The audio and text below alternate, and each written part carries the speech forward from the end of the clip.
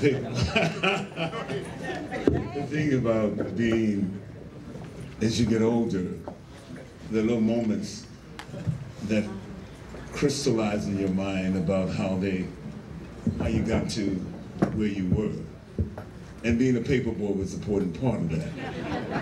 Every morning that I got up to deliver my papers at 4:30 in the morning, which I still have a habit of getting up at 4:30 in the morning, I would look through the paper at 14, 15 years old, and I would eager to find out what was happening in Mississippi with CORE or with SNCC, eager to read the paper before I deliver them. The little small things that a child finds, a child growing into and maturing finds a way of connecting with the world and finding ways, new ways, and that connection of validating himself as well. And I'm thankful for that.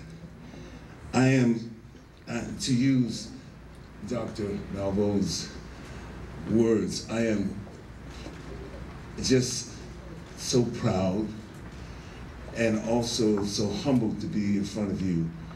As I stand here and watch upon this esteemed audience of alumni of the university here in New Orleans, Southern University of New Orleans, I also see the faces of many men and women who've played an extraordinary role in pushing us forward in our ideas and creating the space for this incredible discussion about reparation, reparatory justice. And we all become a part of, and we've all deemed it necessary, and not only its time has come, also its time has come long before this particular moment. I think about, when I think about this moment, I'm reflecting on Mary Brown. And I had the distinct opportunity of meeting Mary Brown when I was between the ages of 6 months old and 3.5 years old. She died when I was 4 years old. She was my maternal grandfather's mother. She was born in 1853.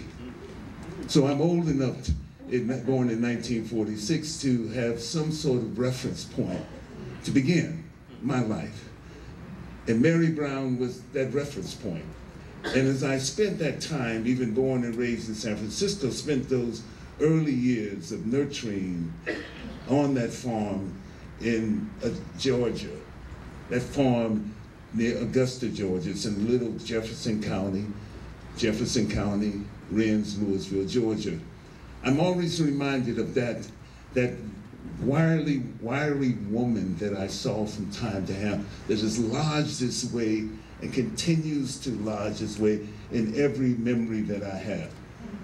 It becomes some point in time the reason why I get up in the morning, to know that she laid this foundation and this groundwork for not only my grandfather, one of the extraordinary farmers, owned 150 acres, which I still have in rural Georgia, and also for my mother, in a sense, who graduated from Payne College in 1942 because she did not pick cotton in September.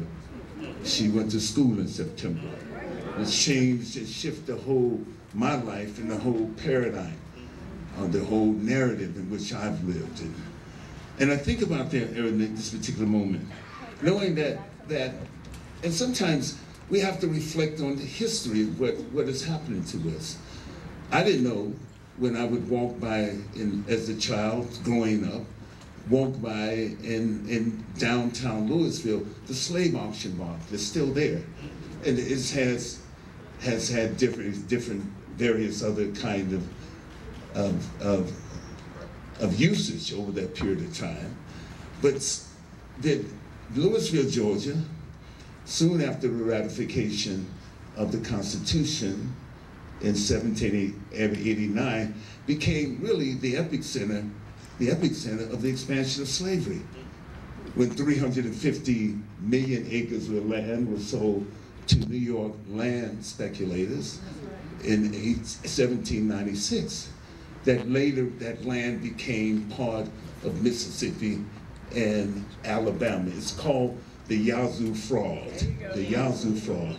in which the Supreme Court upheld the first initiation, the first agreement made by the Georgia State Legislature in about 1803. And the emergence of these two things, one, on the one hand, the Yazoo Fraud, and also the victory of Haitian slaves against Napoleon's army in 1803, expanded this amazing expansion of slavery, in the sense, because we always think of slavery at some point in time as one singular moment where we see the antebellum encampments and plantations and everything else, but there was an expansion for that, which brought to this country the first tool, the first step in the Industrial Revolution was cotton, which made this country, by 1840, 1845, the richest country economically in the world, on the backs of us, purely on the backs of us. And the various ways in which that moment is orchestrated that brought it to this particular point was by the brutality, and mainly the murder, and all the other things that we associate with slavery beyond that, and the emotional scar. And when I think about that woman, Mary Brown, born in 1853, and when even though she was emancipated, quote unquote, by 1863, at the same time that she had to live the rest of her life with that memory, and not only the memory of that, but also the memory of Jim Crow as well, after slavery, in a sense. And we talk about, why do we talk about that? Why do we need desperately to have reparations right at the head of any agenda that we talk about in this country and in the world, in the region. Draymond Green, I'd like to talk about Draymond Green. Draymond Green said something just recently in reference to Mark Cuban. And he said, Mark Cuban doesn't know how I feel about Charlotte. It's impossible to make what that makes me feel. Here's a modern man, a man who has used his skills as a basketball player and become not only very vocal, but very talented as well. He doesn't know what I feel when a black man, a young black boy, is shot down and murdered on the street. But he doesn't know, he can't relate to that. And when we always think about that, if we go back in our life and use that and talk about what we really feel inside, how we feel, and how we incredibly move toward beyond how we feel to take action in our life every day. Also the call for reparations. I want to applaud my friend, is Chucho here? I thought I saw Chucho, who's right here, my great friend Chucho from Venezuela. We worked extensively with him, with the Venezuelan Afro-Descendants organizations in Venezuela. And my young sister here, my sister Esther, who we were proud to be with, and she organized a conference around Afro-Descendants in Colombia, in Cali, last year as well.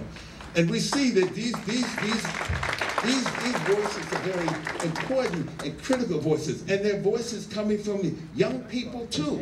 So this is not Ron Daniels and us OGs like me talking about that, and the other OGs, whether acknowledged or not. We're talking about reparations, but we're talking about young people, young scholars. These are scholars. So Hillary Beckles, he's young too, and these are scholars who put together and who basically then look at this 10-point program and talk about the issues that are relevant. And each one of those things that we identify, whether it's in Colombia, whether it's in the Caribbean, everything is relative to these conditions created by slavery and the aftermath of slavery, and continue to in some sense, destabilize our sense of building our community and the sense of who we are as well. Those are the things that we have to talk about. Ron Daniels, my brother here, you know, there have been many moments when I want to choke him, but it's all right, it's good. But he knows I love him here. Had the opportunity for me to come here and be with you. And all that it does is I come to New Orleans again, once again. I was here, I remember before Katrina, when we were talking about, with the Algebra Project, we were talking about quality education as a civil rights, an idea. And on a national platform talking about what we said, it's not that Bob Coulter, not sharecropper education, but quality education is a civil rights here right in New Orleans. And certainly, and people, if you know that we talk about New Orleans was the first had the first teachers organization organized teachers in the Deep South, ostensibly to work for better pay and working conditions for African American teachers and everything. So New Orleans is not only the home of the things that we know about, blues, jazz, everything else, but it's also the home of people getting up and taking action and continue to take action before and post Katrina and everything else. So we're here. We can talk about, as most people fascinated what Donald Trump is doing every day and every moment and every time he tweets and everything. We don't have time for that. We don't have time for that. We don't have time for this. We know the work that we have to do. We know that we have to get up here and beyond that, you know, because they may be Twitter accounts now, but before there were other vestiges of that, those accounts in every way. It's in the face of Donald Trump, who is a manifestation of something, disenfranchisement of people of color, and particularly of African descent. So we know that. So we have to do our work. And when we hit here, as I see it, look over this, from alumni to participants in this conference, we have the will. My sister Marielle Fanon, the words of her great father inspired us for the last 60 years or so, 50 years, at least for me, when I first read Wretched of the Earth in 1967 and changed my life. To all of us had this impact. Let's use that power. Let's use ourselves, knowing that we have to build for not simply now what we do today, but what we do tomorrow. And that was it. What we do when we get up at 4:30 in the morning and deliver our paper routes, deliver our papers, we're going to deliver the papers that are going to change and transform our country. I say our country, meaning our communities. I transform our communities, and that's it. We know that when we get up in the morning. And I'm here. Thank you for once again allowing me to be here in your presence. You know, it is a pleasing honor, a pleasing privilege to be here as we continue our noble battle. You know, I think about Langston Hughes, and I was thinking about, as he talks about the trumpet player. Anybody know the trumpet player? And my great brother, this beautiful spoken word artist. Thank you so much, sister. Thank you so much. I can't go without acknowledging you. Because I heard the sounds of Langston Hughes as he talked about the trumpet player, and as he talks about the whips that blaze about his thighs. And he talks about that, the inspiration for that music, the inspiration, that hair patterned out of the now, that gleams like jet with jet a crown. You know, I think about those words that have inspired us. Well, artists have an important and essential role to play in this. And your role certainly as exemplified by your extraordinary words that bring us together and know that we have that work to do. Because you're not an OG. You got some way to go. And we know that you're going to be out there with us and fighting on that line and encourage and build and continue to build as we move forward in this year and beyond this year. Because it's not about what this moment represents from what they see. It's what we create in response to that moment in building our world and saying, this is our narrative. This is the narrative that we stand on. These are the things that we feel important. These are the things that we're going to fight and struggle for. Thank you. Thank you, sir.